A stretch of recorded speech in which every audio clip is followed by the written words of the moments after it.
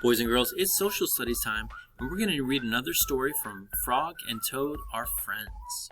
And these stories are really good. It reminds us on how valuable and great our friends are. This story is called A Lost Button. Toad and Frog went for a walk. They walked across a large meadow. They walked in the woods. They walked along the river. At last, they went back home to Toad's house. "Oh, drat," said Toad. "Not only do my feet hurt, but I've lost one of the buttons on my jacket." "Don't worry," said Frog. "We will go back to all the places where we walked. Soon we will find your button." They walked back to the large meadow. They began to look for the button in the tall grass. "Here is your button," cried Frog. "That is not my button," said Toad. "That button is black. My button was white." Toad put the black button in his pocket. A sparrow flew down. "Excuse me," said the sparrow. "Did you lose a button? I found one." "That is not my button," said Toad. "That button has 2 holes. My button had 4 holes." Toad put the button with 2 holes in his pocket.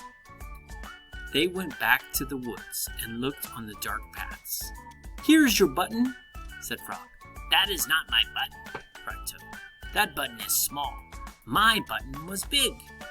Toad put the small button in his pocket. A raccoon came out from behind a tree. "I heard that you were looking for a button," he said. "Here's one that I just found." "That is not my button," wailed Toad. "That button is square. My button was round." Toad put the square button in his pocket. Frog and Toad went back to the river. They looked for the button in the mud.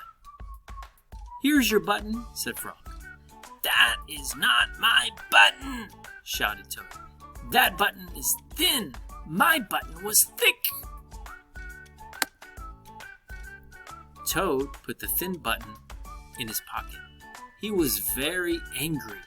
He jumped up and down and screamed, "The whole world is covered with buttons, and not one of them is mine." Toad ran home and slammed the door.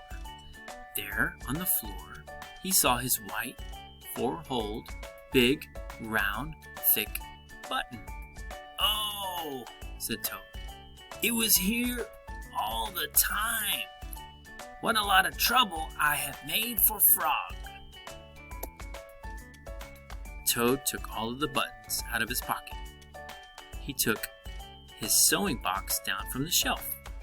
Toad sewed the buttons all over his jacket. The next day, Toad gave his jacket to Frog. Frog thought that it was beautiful. He put it on and jumped for joy. None of the buttons fell off. Toad had sewed them on very well. Thank you for reading with me, boys and girls.